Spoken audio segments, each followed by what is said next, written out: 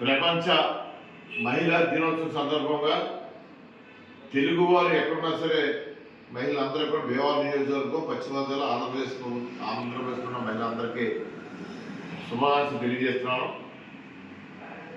మహిళా శక్తి అంటే భూదేవికి ఉన్నంత ఓర్పుతోటి సహనంతో ఉంటారు. వాళ్ళు ఇప్పుడు ఈ సమాజంలో ఎంతో కీర్తి ప్రతిష్టలో చెందారు.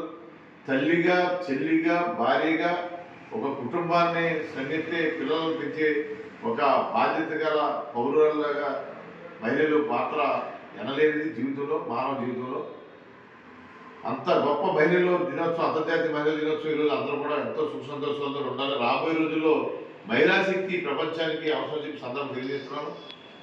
దానిలో భాగంగానే వాళ్ళు ఎంత ఉన్నత స్థానాన్ని తీసుకెళ్లారంటే, తెలుగుదేశం పార్టీ ఉమ్మడి ఆంధ్రప్రదేశ్లో పుట్టిన కానించి నందమూరి తారక రామారావు గారు స్థానిక సంస్థల్లో 50% మహిళలకి రిజర్వేషన్ కల్పించడం కానీ, ఆస్తిలో సమాన హక్కు కానీ, అలాగే చంద్రబాబు నాయుడు ముఖ్యమంత్రిగా ఒక దళిత మహిళని మన శాసనసభ స్పీకర్ చేయడం కానీ, అలాగే కేంద్రంలో నరేంద్ర మోడీ గారు ఒక షెడ్యూల్ తెగకు చెందిన మహిళని ద్రౌపది ముర్ము గారిని రాష్ట్రపతి చేయడం కానీ, అలాగే మన నర్సాపురం కోడలైనటువంటి మరి నిర్మలా సీతారామన్ గారిని ఆర్థిక శాఖ మంత్రి, భారతదేశం నుంచి 9-10 బడ్జెట్ ప్రవేశపెట్టిన మహిళగా ఒక రికార్డు సృష్టించింది ఆవిడ.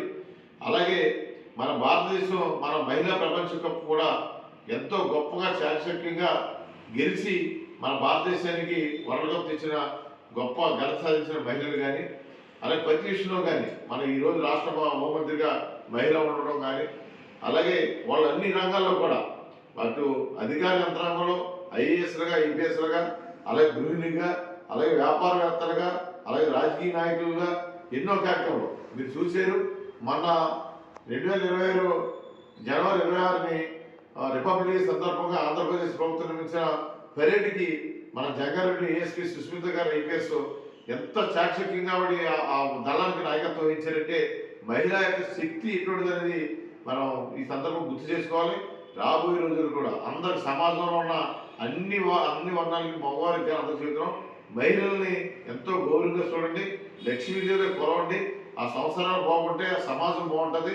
వాళ్ళందరినీ ముందుకు తీసుకెళ్ళగా చంద్రబాబు నాయుడు గారు, అక్కడ నరేంద్ర మోడీ గారు, పవన్ కళ్యాణ్ గారు, లోకేష్ గారు ఎన్నో కార్యక్రమాలు చేస్తున్నారు మహిళల కోసం.